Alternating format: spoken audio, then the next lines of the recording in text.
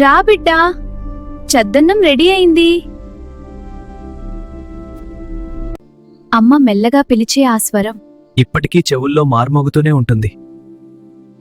90స్లో ఫ్రిడ్జ్లు లేవు, fast food లేదు, కానీ మన హృదయాలు మాత్రం నిండుగా ఉండేవి.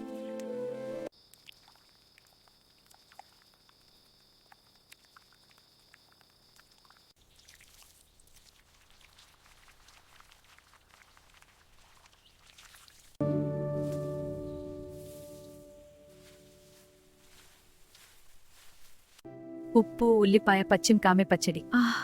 ఆ వాసన ఇప్పటికీ మర్చిపోలేను.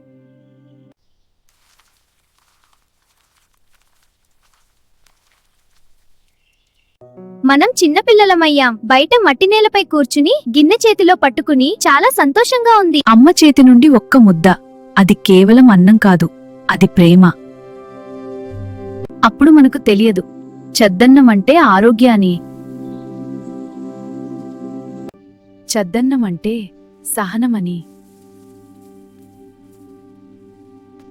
చద్దన్నం అంటే సాదాసీదా జీవితం కూడా ఎంత అందంగా ఉంటుందో అని.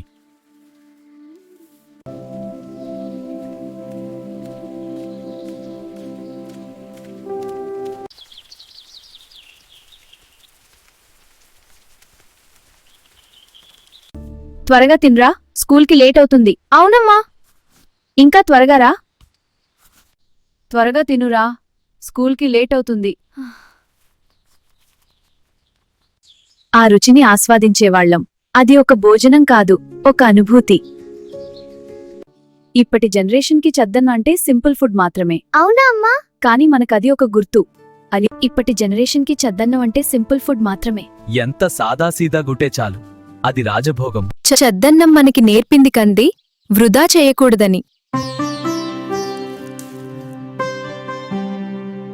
ప్రకృతిని గౌరవించాలి, అది మనల్ని కాపాడుతుంది. అమ్మ ప్రేమకు వెలకట్టలేము, అది ఎప్పటికీ విలువైనది మరియు అమూల్యమైనది. నిజమేనండి, అమ్మ ప్రేమ లేని జీవితం ఏమీ లేదు. ఇప్పుడెప్పుడో 5 స్టార్ హోటల్లో తిన్నా ఆ మట్టి గిన్నెలో అమ్మ చేతి చద్దన్నం రుచిని మాత్రం ఎవ్వరూ దాటలేరు. ఎంత తిన్నా ఆ తృప్తి వేరు. ఆ మట్టి గిన్నెలో అమ్మ చేతి చద్దన్నం రుచిని మాత్రం ఎవ్వరూ దాటలేరు. జీవితంలో పెద్దవాళ్లమయ్యాక మనకు కావాల్సింది పెద్ద విందులు కాదు, చిన్న చిన్న జ్ఞాపకాలు మాత్రమే. నిజమే, ఆ